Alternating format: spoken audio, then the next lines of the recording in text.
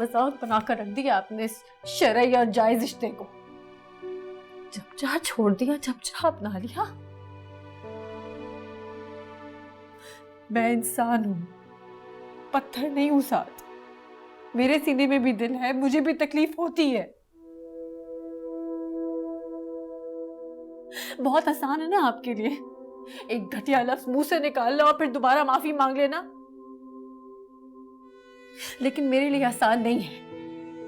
अपनी इज्जत नफ्स को पैरों तले कुचल के दोबारा एक छत के नीचे रहना किसी हैसियत से कम नहीं है मेरे लिए। दम घुटता है साथ मेरा। ऐसी जिंदगी से तो बहुत अच्छी है। कैसी बातें कर रही हो? मेरी बात सुनो, मैं अब भी तुमसे मोहब्बत करता हूँ ज़ाहिरा। क्या हो गया?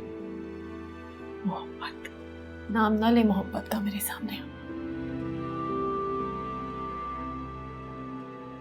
जहां इज्जत नहीं रहती ना साथ, वहां मोहब्बत ज्यादा अरसे ठहरती नहीं है। कुछ नहीं बचा मेरे आपके दरमियान सिवाय इस नीम मुर्दा रिश्ते के।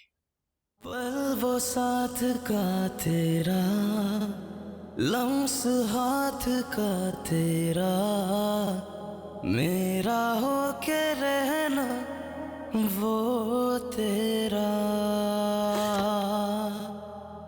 रंग प्यार का तूने दिल में सब उतारा, देख के लगा कैसा